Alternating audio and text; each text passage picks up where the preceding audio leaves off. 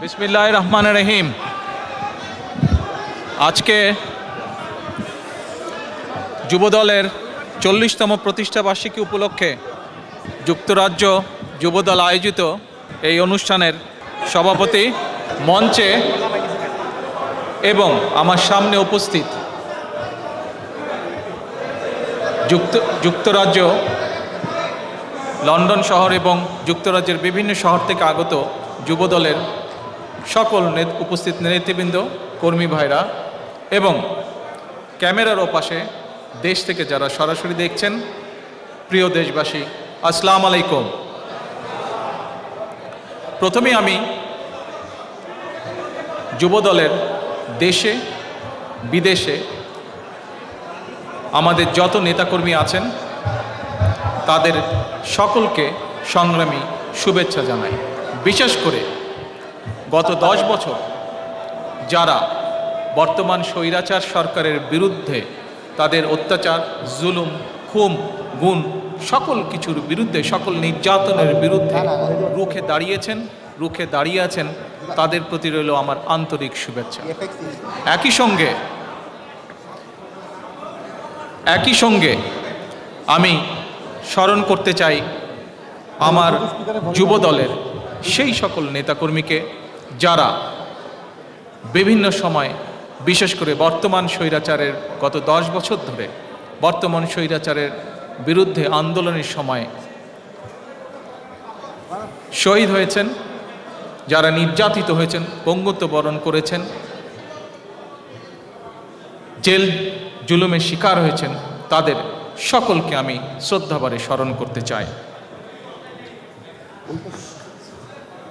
সামনে উপস্থিত যুবদলের কর্মীরা, ক্যামেরার ওপারে উপস্থিত প্রিয় দেশবাসী, যেহেতু আজকে আমরা যুবদলের প্রতিষ্ঠা বার্ষিকীতে উপস্থিত হয়েছি, সেজন্যই আমি একটি স্লোগান, যেই স্লোগানটি আমি বিশ্বাস করি বর্তমানে আমাদের নতুন প্রজন্ম বাংলাদেশের তথা যুবক তরুণ সকলের কাছে অত্যন্ত প্রিয় একটি স্লোগান, সেই স্লোগানটি দিয়ে শুরু করতে চাই আমার বক্তব্য।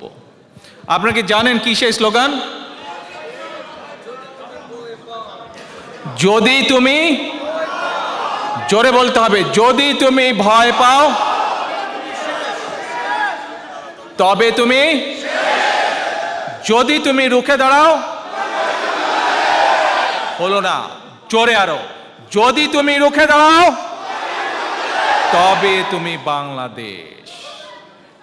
ইয়েস, আমি বিশ্বাস করি যে এই স্লোগানটি হচ্ছে বর্তমান বাংলাদেশে আমাদের তরুণ প্রজন্ম, যুবক, তরুণ, কিশোর সকলের মনের স্লোগান, এবং এটি হতে হবে আগামী দিনে বাংলাদেশের স্লোগান। যেই আন্দোলনের ডাক আমার যুবদলের ভাইরা দিয়েছে, যে আন্দোলনের ডাক আমার বিএনপির সহকর্মীরা দিয়েছে, যে আন্দোলনের ডাক ছাত্রদল, মহিলা দল সহ সকল গণতন্ত্রকামী মানুষ যারা গণতন্ত্রে বিশ্বাস করে, যে সকল রাজনৈতিক দল গণতন্ত্রে বিশ্বাস করে, বাংলাদেশের যে সকল মানুষ, সকলের এই স্লোগানটি হওয়া উচিত আগামী দিনের স্লোগান, যতক্ষণ পর্যন্ত আমাদের এই আন্দোলন সফল না হবে। দেশের যুব সমাজকে সংগঠিত করার জন্য 1978 সালের 27 অক্টোবর শহীদ রাষ্ট্রপতি জিয়াউর রহমান যুবদল গঠন করেছিলেন, এবং একই বছর উনি যুবদল যুব মন্ত্রণালয় গঠন করেছিলেন। কেন? কারণ স্বাভাবিকভাবেই যুদ্ধ বিধ্বস্ত একটি দেশ হোক অথবা যে কোনো দেশই হোক, যেই দেশটি যাত্রা শুরু করে অথবা অলরেডি শুরু করেছে যাত্রা, যে কোনো দেশের জন্যই হোক, যে কোনো জাতির জন্যই হোক, যুবক সম্প্রদায় যারা প্রবীণ আছেন দেশের মধ্যে তাদের এবং যারা নবীন তাদের মধ্যে সেতু বন্ধন। যে কোনো যুবক সম্প্রদায়কে, যুব সম্প্রদায়কে যদি সঠিকভাবে পরিচালিত করা না যায়, যদি সঠিক দিক নির্দেশনা না দেওয়া যায়, তাহলে কোনো দেশের পক্ষেই কোনো সেক্টরেই, সেটি অর্থনীতি হোক, সেটি সংস্কৃতি হোক, সেটি ক্রীড়া হোক, সেটি রাজনীতি হোক, কোনোভাবেই সেখানে উন্নয়ন সাধন করা সম্ভব না। এবং সেই জন্যই শহীদ রাষ্ট্রপতি জিয়াউর রহমান যুব মন্ত্রণালয় গঠন করেছিলেন, যে যাতে করে দেশের যুব সমাজকে সঠিক নেতৃত্ব দেওয়া যায়, সঠিকভাবে দিক নির্দেশনায় পরিচালনা করা যায়, এবং যাতে করে সমগ্র যুব সম্প্রদায় দেশের উন্নয়নে, দেশ গঠনে অবদান রাখতে পারে। কিন্তু আজকে অত্যন্ত দুঃখের সাথে আমরা কি দেখছি, যে বাস্তব যা, বর্তমানে এই যে স্বৈরাচারী সরকার, যারা আন্তর্জাতিকভাবে স্বীকৃত স্বৈরাচারী সরকার, বর্তমানে শেখ হাসিনার অবৈধ সরকার বাংলাদেশে, আমরা কি দেখেছি? কয়েকদিন আগে আমরা দেখেছি একটি ঘটনা। কি সেই ঘটনাটি? মুক্তিযোদ্ধারা হচ্ছেন এই জাতির প্রেরণার উৎস, এই জাতির সাহসের উৎস। অথচ আমরা কি দেখলাম? এই স্বৈরাচার অবৈধ ব্যাংক ডাকাত সরকারকে আমরা দেখলাম মুক্তিযোদ্ধাদের সাথে, মুক্তিযোদ্ধার সন্তানদের সাথে তারা কি করলো? যুবক সম্প্রদায়কে সামনাসামনি মুখোমুখি ঠেলে দিল, কোটার কথা বলে, কোটা আন্দোলনের মোকাবেলার কথা বলে। তার ফলে কি হলো?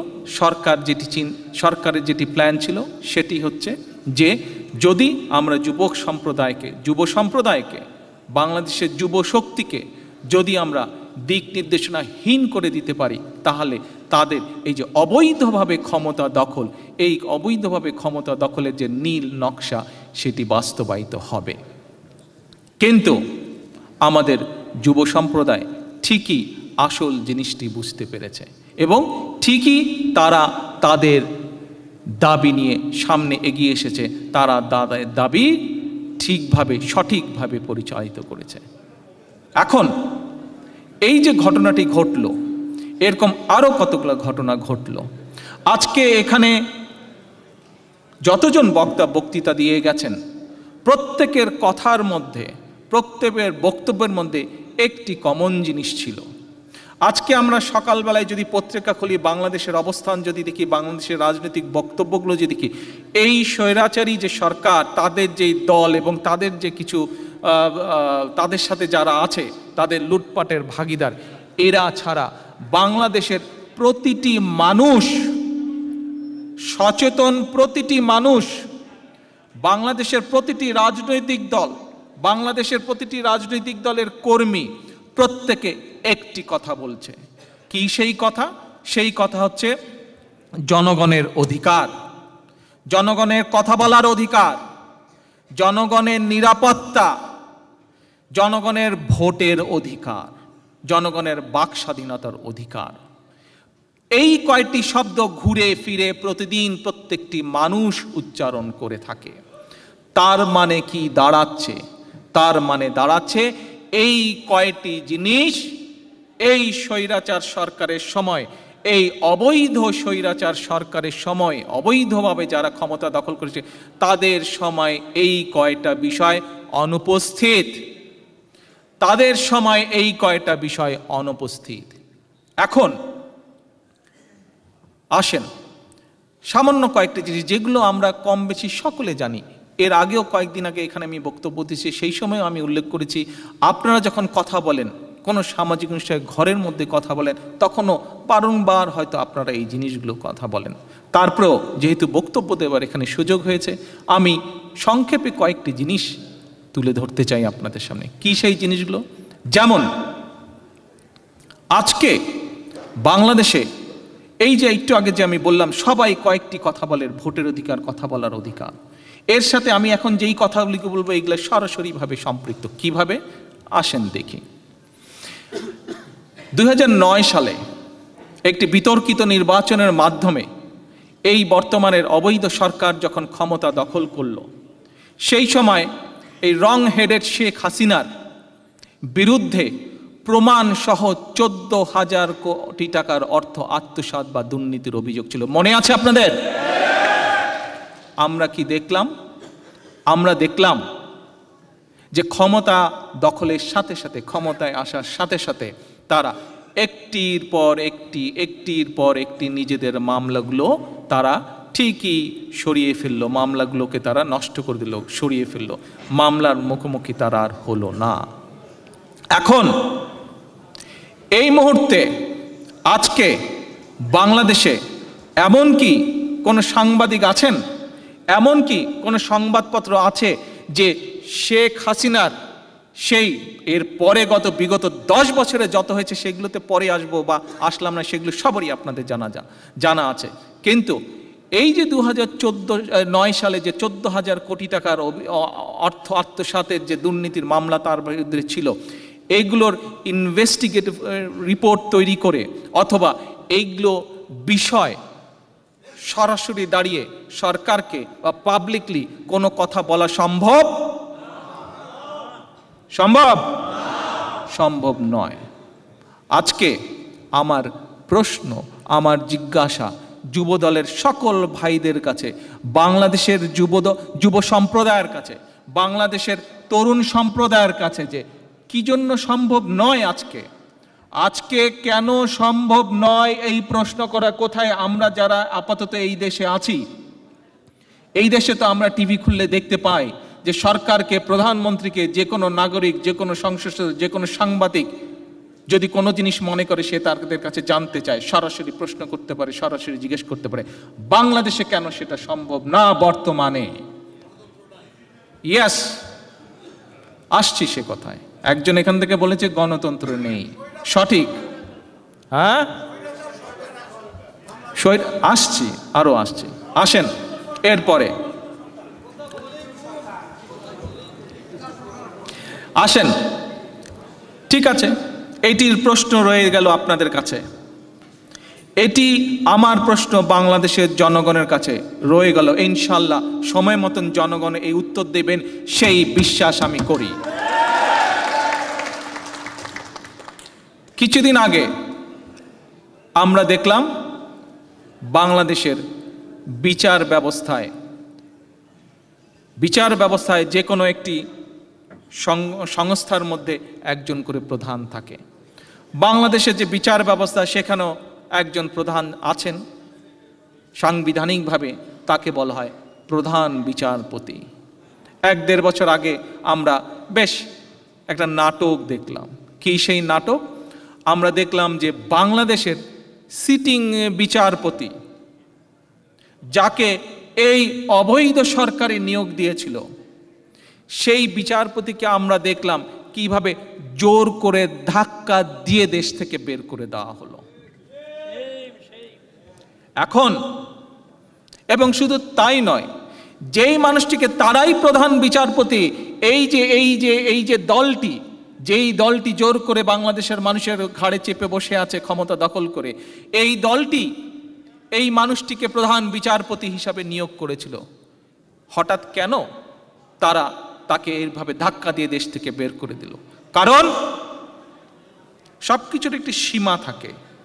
এই ভদ্রলোক মানুষটি যখন দেখলেন যে না, this has become too much, একটির পর একটি জোর করে অন্যায় আবদার তাকে দিয়ে করানো হচ্ছে, যখন আর মানা সম্ভব নয়, রং হেডেড অবৈধ শেখ হাসিনার আর কোনো আবদার রক্ষাকার, মিথ্যা আবদার রক্ষা করা সম্ভব না, যখন এই ভদ্রলোক এসকে সিনহা সাহেব যখন তার সাথে আর রায় দিলেন না, তার রায় পড়তে বা অস্বীকার করলেন, তখন তারা তার বিরুদ্ধে উঠে লাগলো।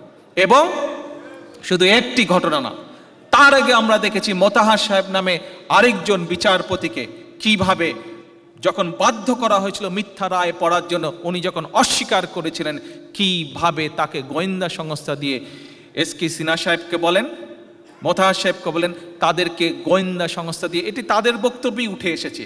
আমরা তো তাদেরকে গিয়ে জিজ্ঞেস করিনি। আপনারা কেউ জিজ্ঞেস করেছেন? বাংলাদেশের মানুষ কি তাদেরকে জিজ্ঞেস করার সুযোগ পেয়েছে? পায়নি। আমরা তাদেরকে জিজ্ঞেস করার সুযোগ পাইনি। তারাই, যেহেতু এই মানুষগুলো বিবেকবান, সেই জন্য তারা যখনই সুযোগ পেয়েছে তখন এসে জাতির সামনে দাঁড়িয়ে তারা বলেছে তাদেরকে কিভাবে গোয়েন্দা সংস্থা দিয়ে নির্যাতন করে, টর্চার দিয়ে, ভয় ভীতি দেখিয়ে সেই কাজগুলো করতে বাধ্য করার চেষ্টা করেছিল, কিন্তু সফল হয় নাই। আজকে পরিষ্কারভাবে শুধু বাংলাদেশের প্রতিটি মানুষের সামনে নয়, বাংলাদেশের প্রতিটি মানুষের কাছে নয়, আজকে সমগ্র দুনিয়ার কাছে, সমগ্র জাতির কাছে একটি পরিষ্কার যে বাংলাদেশের প্রধান বিচারপতি যারা বিচার দেবে, যারা ন্যায় বিচার করবে সাধারণ মানুষের জন্য, তারাই যেখানে ন্যায় বিচার থেকে বঞ্চিত, তাহলে তারা কি করে সম্ভব সাধারণ মানুষকে ন্যায় বিচার দেওয়া, সাধারণ মানুষের জন্য ন্যায় বিচার নিশ্চিত করা সম্ভব? কি সম্ভব নয়। আজকে আমরা আমাদের প্রিয় নেত্রীর ব্যাপারে কি দেখেছি? আজকে সকালবেলায় জানানো হয়েছে আমাকে ঢাকা থেকে যে বাধ্য করা হয়েছে বিচারপতিকে, সেই বিচারপতিকে 3 দিন ধরে আটকে রাখা হয়েছে ঘরে, এমনকি তার পরিবারের সাথেও তাকে দেখা করতে দেওয়া হয়নি, গোয়েন্দা সংস্থার লোকেরা তাকে আটকে রেখেছে এবং বাধ্য করা হয়েছে, তাকে জীবনের হুমকি দিয়ে, জীবনের ভয় দেখিয়ে তাকে বাধ্য করা হয়েছে আমাদের প্রিয় নেত্রীর নামে মিথ্যা রায় দেওয়ার জন্য। আজকে এই হচ্ছে বাংলাদেশের বিচার ব্যবস্থা। আজ বাংলাদেশের কোন বিচারপতি দাঁড়িয়ে সাহস করে কথা বলতে পারবেন? পারবেন না। এই হচ্ছে বাংলাদেশের বিচার অবস্থা। এই গেল তাদের সেই 14,000 কোটির ছোট গল্প, এই গেল বিচার ব্যবস্থার ছোট গল্প। এই সেপ্টেম্বর মাস পর্যন্ত এই অবৈধ সরকার আমার নেতাকর্মী সহ বহু সাধারণ মানুষের বিরুদ্ধে 90,000 মিথ্যে মামলা দায় করেছে। 25 লক্ষের বেশি মানুষকে তারা আসামি করেছে।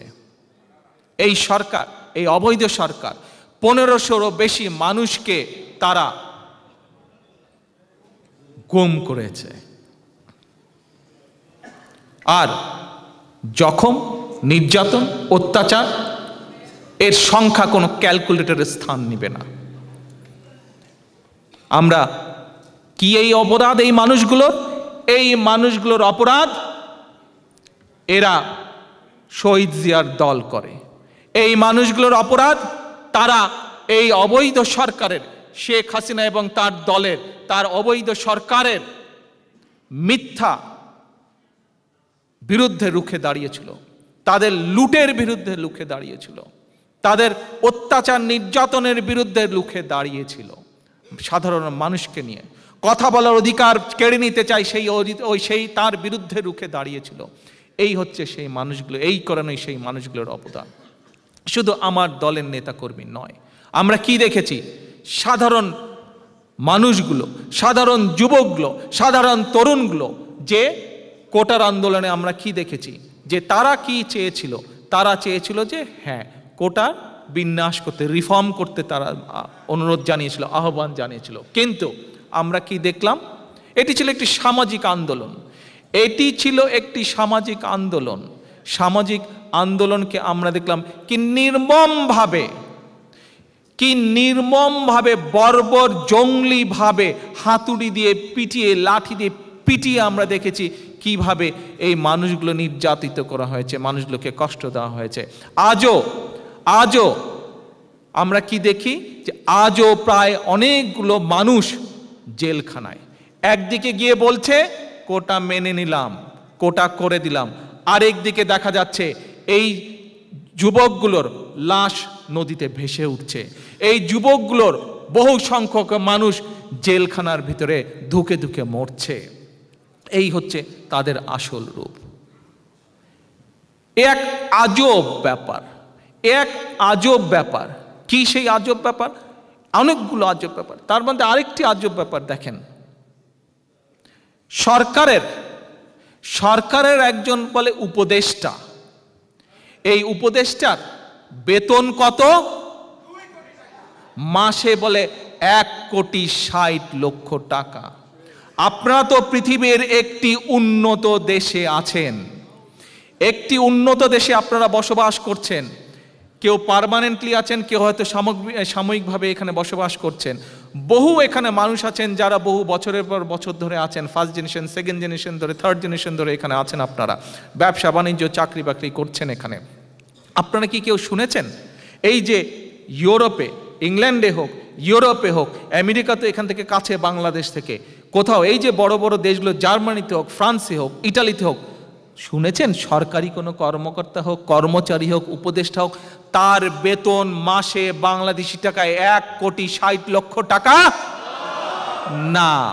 এই বিষয়টাকেও লুকিয়ে রাখা হয়েছিল জনগণের কাছ থেকে। সৌভাগ্যক্রমে তাদেরই এই অবৈধ সরকারি এক অবৈধ মন্ত্রীর মুখ থেকে জাতি এটি জানতে পেরেছে। কেন লুকিয়ে রাখার কি হলো? তুমি পাবলিকের মানি দিবে একজন তোমার তথাকথিত উপদেষ্টাকে, আবার তুমি লুকিয়ে রাখবে? এবং যখন এটি ফাঁস হয়ে গেল যে কিভাবে জনগণের টাকা তছরূপ করা হচ্ছে ইন দি নেম অফ উপদেষ্টার বেতন, তখন সেই অবৈধ মন্ত্রীকে সেখান থেকে তারা সরিয়ে দিল, অন্য একটি উসিলা দিয়ে তাকে দেখলাম জেলও খাটালো কয়েকদিন। এই হচ্ছে তাদের নীতি। শুধু তাই নয়, পত্রিকার পাতায় কি দেখলাম? পত্রিকার পাতায় আমরা দেখলাম যে এই রং হেডেড শেখ হাসিনার প্রতিদিনকার আপ্যায়ন বিল কত? 2 লক্ষ টাকা প্রতিদিনকার। আপনারা সবাই বাংলাদেশের মানুষ, আপনারা সবাই বাংলাদেশি। ক্যামেরার ওপারে যারা আছেন, বাংলাদেশ থেকে যারা দেখছেন, আপনাদের কাছে আমার জিজ্ঞাসা, বাংলাদেশে প্রতিদিন 2 লক্ষ টাকা আপ্যায়ন বিল, এটি কি একটি আজব ব্যাপার? এটি তো পাবলিকের পয়সা, এটি তো জনগণের পয়সা, অথচ 2 লক্ষ করে শুধু আপ্যায়ন বিল, বাকি অন্য বিল, অন্য খরচ বাদই দেন। একে তো নির্যাতন, একে তো অত্যাচার, আবার 1,60,00,000 টাকা বেতন, 2 লক্ষ টাকা করে প্রতিদিন আপ্যায়ন খরচ। এই হচ্ছে জাতির উপর স্টিম রোলার চালানো। শুধু কি তাই, তাদের নেতাকর্মী, তাদের মন্ত্রী বলেন, তাদের নেতাদের বিভিন্ন কোম্পানি কি হলমার্ক, ডেস্টিনি, বিভিন্ন নামে একটার পর একটা ব্যাংক কিভাবে খালি করে নিয়ে যাচ্ছে, একটার পর একটা ব্যাংক ধসে পড়ে যাচ্ছে। আজকে না গতকাল দেখলাম আরেকটি নতুন ব্যাংকের মনে হয় পারমিশন দিয়েছে, দেখেছেন নাকি কেউ? 4টা ব্যাংকের, আরো 4টা ব্যাংকের পারমিশন দিয়েছে। যাবার তো সময় হলো, আরো যত পারি নিয়ে যায় পাবলিকের মাস থেকে। এই হচ্ছে তাদের উদ্দেশ্য, এই হচ্ছে তাদের লক্ষ্য। শুধু ব্যাংক খাত থেকে তারা গত কয়েক বছর শুধু ব্যাংকের থেকে তারা জনগণের 2 লক্ষ কোটি টাকা গায়েব করে দিয়েছে।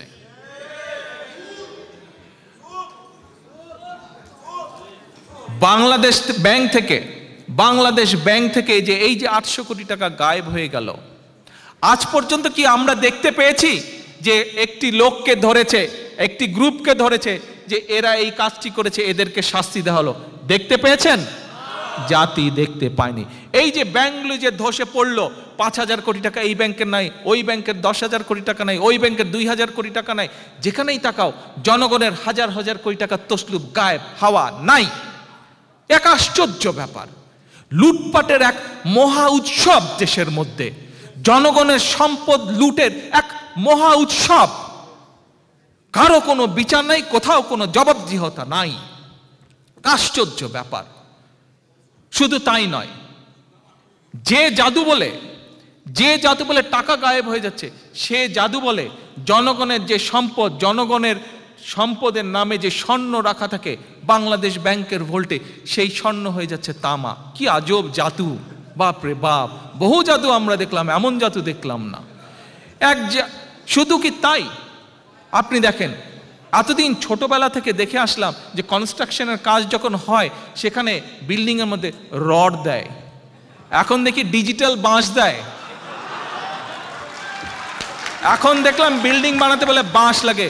কয়দিন আগে দেখলাম, সারা জীবন দেখলাম রেল লাইনের 2টি লাইন চলে গিয়েছে, মধ্যখানে স্লিপার শক্ত কাঠের, ভালো, যাতে কোনো দুর্ঘটনা না ঘটে। এখন দেখলাম সেই স্লিপার সরিয়ে কাঠের স্লিপারে বাঁশ দিচ্ছে।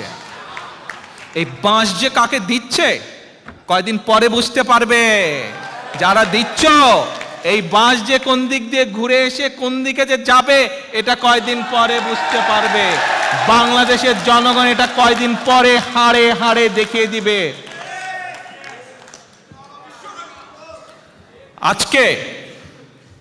আজকে এই যে দেখলাম বাংলাদেশের বহু সাংবাদিক, বহু পত্রিকার মালিক আজকে কি বলে রং হেডেড, যে না, যখন সাগর রুনির হত্যা হলো ঘরে ঘরে ঢুকে পাহারা দেওয়া সম্ভব নয়, রক্ষা করা সম্ভব নয়।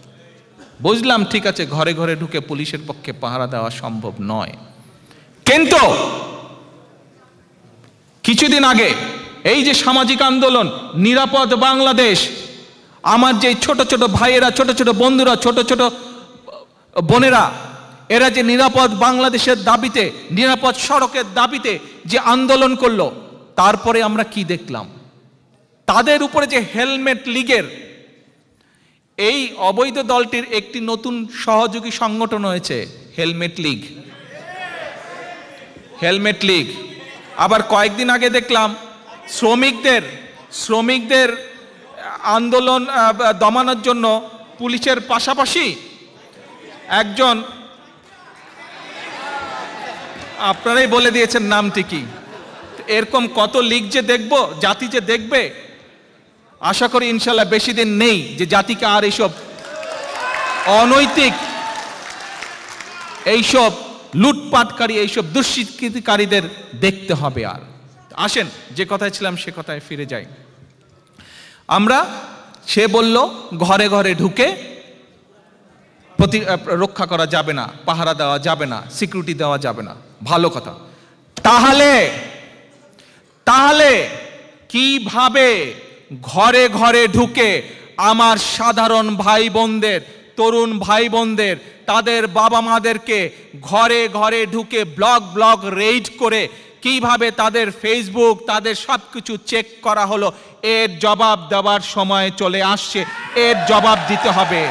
ঘরে ঘরে যদি পাহারা দিতে না পারো, তাহলে কিভাবে এই কাজটি করলে ঘরে ঘরে ঢুকে নির্যাতন করেছো সাধারণ ছেলে মেয়েদেরকে, তাদের বাবা মাদেরকে, এইটার জবাব দিতে হবে সময় মতন। জাতি গুনে গুনে এর জবাব নিবে, সেদিন ইনশাল্লাহ বেশি দেরি নেই। এখন এইগুলোতে গেল এদের অত্যাচার, নির্যাতন, লুটপাটের মহা উৎসব।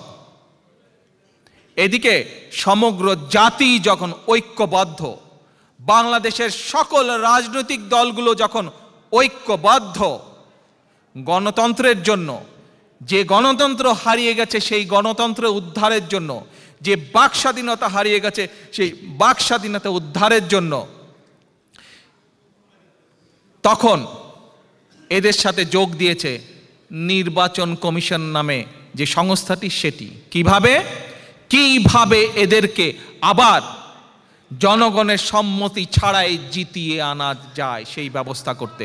এবং এর জন্য তারা অপকৌশল চালাচ্ছে, এর জন্য তারা কুপরিকল্পনা গ্রহণ করছে। কিভাবে? ইভিএম এর মাধ্যমে। পরিষ্কারভাবে আপনাদেরকে বলে দিতে হবে, আমিও বলছি নির্বাচন কমিশনকে, যে এই যে জনগণের ভোট চুরির যে পরিকল্পনা করছেন, শুধু জনগণের ভোট চুরির পরিকল্পনা, একই সাথে ইভিএম কেনার নামে জনগণের যে 4,000 কোটি টাকা তছরূপ চুরির যে পরিকল্পনা করছেন, এর থেকে সাবধান করে দিচ্ছি নির্বাচন কমিশনকে। যদি করেন, গুনে গুনে জনগণ জবাব নিবে। আজকে আমার লক্ষ লক্ষ যুবদল, ছাত্রদল, মহিলা দল, বিএনপির লক্ষ নেতাকর্মী, আমাদের প্রিয় নেত্রী, দেশনেত্রী বেগম খালেদা জিয়াকে, গণতন্ত্রের প্রতীক বেগম খালেদা জিয়াকে কারা থেকে বন্দি তালা ভেঙে নিয়ে আসার জন্য প্রস্তুত। আমি জানি শুধু আমার দলের নেতাকর্মীরাই নয়, একই সাথে বাংলাদেশের লক্ষ কোটি গণতন্ত্রকামী মানুষ আছে, লক্ষ কোটি যুবক আছে, লক্ষ কোটি তরুণ আছে, যারা একই সাথে বাংলাদেশের হারিয়ে যাওয়া ভোটাধিকার উদ্ধার করতে চায়, যারা হারিয়ে যাওয়া বাক স্বাধীনতা উদ্ধার করতে চায়, যারা হারিয়ে যাওয়া গণতন্ত্রকে উদ্ধার করতে চায়।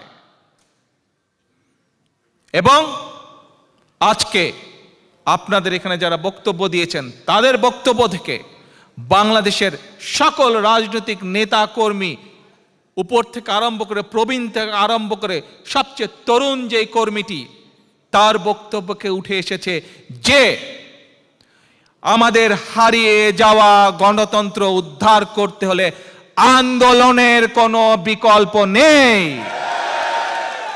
কিন্তু এক মিনিট, কিন্তু এখানে একটি কথা আছে।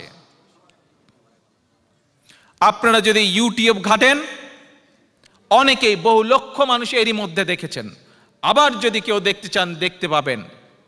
এই রং হেডেড শেখ হাসিনার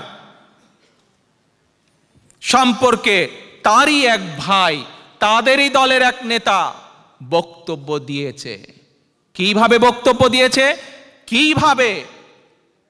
কিভাবে শেখ হাসিনা বাসের মধ্যে পেট্রোল বোমা মেরে মানুষের লাশের উপরে রাজনীতি করে, এটি তাদের নেতাই বলে দিয়েছে তাদের রং হেডের নেত্রী সম্পর্কে। এবং সারা বাংলাদেশের মানুষ দেখেছে 2007 সালে কিভাবে তারা লগি বৈঠা দিয়ে মানুষ হত্যা করে সেই লাশের উপরে নেচে তারা তার লাশ করেছিল। তারই কথার প্রমাণ হিসাবে শেখ সেলিমের কথার কথা প্রমাণিত হলো। শুধু তাই নয়, 2014 সালে যখন আমার নেতাকর্মীরা শান্তিপূর্ণ আন্দোলনের মাধ্যমে গণতন্ত্রের উদ্ধারের জন্য, হারিয়ে যাওয়া গণতন্ত্র ফিরিয়ে আনার জন্য আন্দোলন করছিল, সেই সময় এই আওয়ামী লীগেরই আরেক নেতা, তাদের সেই নির্দেশ মোতাবেক বরিশালের সেই নেতা, এটিও সংবাদপত্রে এসছে, বরিশালের সেই নেতা প্রকাশ্যে প্রেস কনফারেন্স করে বলে দিয়েছে যে তারই এলাকার আরেক নেতা কিভাবে বাসের মধ্যে আগুন দিয়ে 11 জন মানুষকে হত্যা করেছে। কাজেই মানুষ পুড়িয়ে হত্যা করে মানুষের লাশের উপরে রাজনীতি করা, এটি ওদের রাজনীতি, এটি বিএনপির রাজনীতি নয়। বিএনপি কখনো এই রাজনীতিতে বিশ্বাস করে না। আমরা আন্দোলন বিশ্বাস করি, আমরা মানুষের গণতান্ত্রিক অধিকারে বিশ্বাস করি, আমরা মানুষের বাক স্বাধীনতায় বিশ্বাস করি, কিন্তু আমরা এই ধরনের ধ্বংসাত্মক রাজনীতিতে বিশ্বাস করি না। একটি নয়, 10টি নয়, শয়ে শয়ে প্রমাণ আছে যে এটি মানুষ হত্যা রাজনীতি, মানুষের লাশের উপর দিয়ে করার রাজনীতি, এটি তাদের রাজনীতি। কাজেই আমাদেরকে সতর্ক থাকতে হবে যে যাতে করে তারা আমাদের এই আন্দোলনের সামনের আন্দোলনকে কোনোভাবেই বিতর্কিত রূপ দিতে না পারে। আজকে একটু আগে যেই কথা বললাম, আমার দলের নেতাকর্মীরা যেভাবে প্রস্তুত আছে, ঠিক একইভাবে প্রস্তুত আছে বাংলাদেশের লক্ষ লক্ষ কোটি কোটি যুবক তরুণ। আজকে এই যুবক ভাইদেরকে, এই তরুণ বন্ধুদেরকে আমি আহ্বান করব, তোমরা মুক্তিযুদ্ধের কথা শুনেছ, তোমরা বইয়ের পাতায় মুক্তিযুদ্ধের গল্প শুনেছ, মুক্তিযুদ্ধের ঘটনা পড়েছ, মুক্তিযুদ্ধ দেখনি তোমরা। আজ তোমাদের সামনে সুযোগ এসেছে যে বাংলাদেশ তোমরা চেয়েছিলে, যে বাংলাদেশ আমাদের পূর্বপুরুষরা যুদ্ধ করে স্বাধীন করেছিলেন, বিভিন্নভাবে ষড়যন্ত্রের কারণে অনেকবার হোঁচট খেয়েছে সেই বাংলাদেশ প্রতিষ্ঠিত করা। আজ যারা তোমরা যুবক, আমার সেই বন্ধুদের প্রতি আহ্বান থাকবে, আজ তোমরা যারা তরুণ, আমার সেই বন্ধুদের প্রতি আহ্বান থাকবে যে আমার দলের নেতাকর্মীরা আন্দোলন শুরু করবে, কিন্তু এই আন্দোলনের নেতৃত্ব দিতে হবে এবং একে সফল কাম করতে হবে আজকে বাংলাদেশের সকল যুব সমাজকে, সকল তরুণদেরকে। যেভাবে তোমরা কোটা আন্দোলনকে নেতৃত্ব দিয়েছিলে, যেভাবে আমার তরুণ বন্ধুরা নিরাপদ সড়কের দাবিতে যে আন্দোলন ছিল সেই আন্দোলনকে সফলতা দিয়েছিল, ঠিক সেইভাবে আগামী দিনে যে আন্দোলনের আমরা ডাক দেব, সেই আন্দোলন এমন একটি আন্দোলন হবে যে আন্দোলনে বাংলাদেশের সকল মানুষ অংশগ্রহণ করতে পারবে। কোনো ধ্বংসাত্মক কাজে আমাদের দল বিশ্বাস করে না এবং আমরা সেরকম আন্দোলনের ডাকও দিব না। কিন্তু আজকের যুব সম্প্রদায়ের কাছে, আজকের তরুণদের কাছে আমার অনুরোধ থাকবে, আমার আহ্বান থাকবে, দেশ তোমাদের, ভবিষ্যৎ তোমাদেরকে, দায়িত্ব তোমাদেরকে নিতে হবে। কাজে আমরা যে আন্দোলনের ডাক দেব সেই আন্দোলনে, এমন আন্দোলনের ডাক দেব আমরা যে আন্দোলনে সকলে অংশগ্রহণ করতে পারবে এবং সেই আন্দোলনকে সফল করার মাধ্যমে আমরা আমাদের কাঙ্ক্ষিত বাংলাদেশকে আবার সঠিক পথে ফিরিয়ে আনতে পারবো। যে বাংলাদেশের গণতন্ত্র হারিয়ে গেছে, সেই হারিয়ে যাওয়া পথ থেকে আমরা আবার ইনশাল্লাহ সেই বাংলাদেশকে আমরা সঠিক পথে ফিরিয়ে আনতে পারবো। এবং আজকে যুব সম্প্রদায়কে সেই দায়িত্ব গ্রহণ করতে হবে যে কিভাবে এই আন্দোলনকে সফল করতে হবে। আজকের তরুণ সমাজকে, নতুন প্রজন্মকে, যেহেতু আমি বলেছি একটু আগেই যে ভবিষ্যৎ তোমাদের, দেশ তোমাদের, দায়িত্ব তোমাদেরকে নিতে হবে, তোমাদেরকে করিয়ে দেখে যেতে হবে যে তোমরা পারো এবং তোমরা পারো। কাজেই ইনশাল্লাহ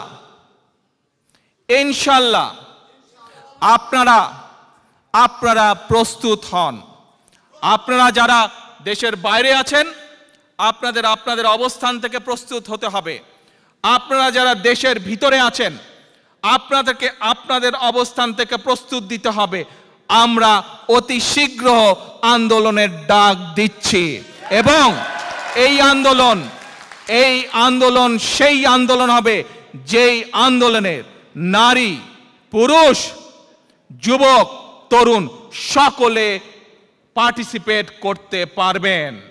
আজকে সেই আন্দোলনে, যেই আন্দোলনে সম্ভব হবে একমাত্র সেই দেশটিকে গড়ে তোলা, যেই দেশের আকাঙ্ক্ষা, যেই দেশের স্বপ্ন, যেই দেশের চেতনা আমার যুব সমাজের, আমার তরুণ ভাই বোনদের মনে, চেতনায় যেই বাংলাদেশকে তারা কল্পনা করে। আজকে বক্তব্যের শেষে এসে আমি আবার সেই স্লোগান দিয়ে শেষ করতে চাই যে এই স্লোগানটি হবে সমগ্র বাংলাদেশের আগামী দিনের যারা ভবিষ্যৎ, অর্থাৎ আজকের যুব সমাজ এবং আজকের যে তরুণ সমাজ আছে, নতুন প্রজন্ম আছে, তোমাদেরকে উৎসর্গ করে, তোমাদের সকলের জন্য, তোমরা বাংলাদেশের ভবিষ্যৎ, তোমাদের সকলকে উদ্দেশ্য করে আজকে সেই স্লোগানটি আবার দিয়ে আমার বক্তব্য শেষ করতে চাই। যদি তুমি ভয় পাও তবে তুমি শেষ, যদি তুমি রুখে দাঁড়াও তবে তুমি বাংলাদেশ। আপনারা সকলে যে যার অবস্থান থেকে আপনাদের প্রস্তুতি গ্রহণ করুন, সেটি গ্রাম, ইউনিয়ন, ওয়ার্ড, জেলা, থানা, পৌরসভা সকল পর্যায় থেকে। ইনশাআল্লাহ আপনাদের সাথে আন্দোলনের মাঠে দেখা হবে।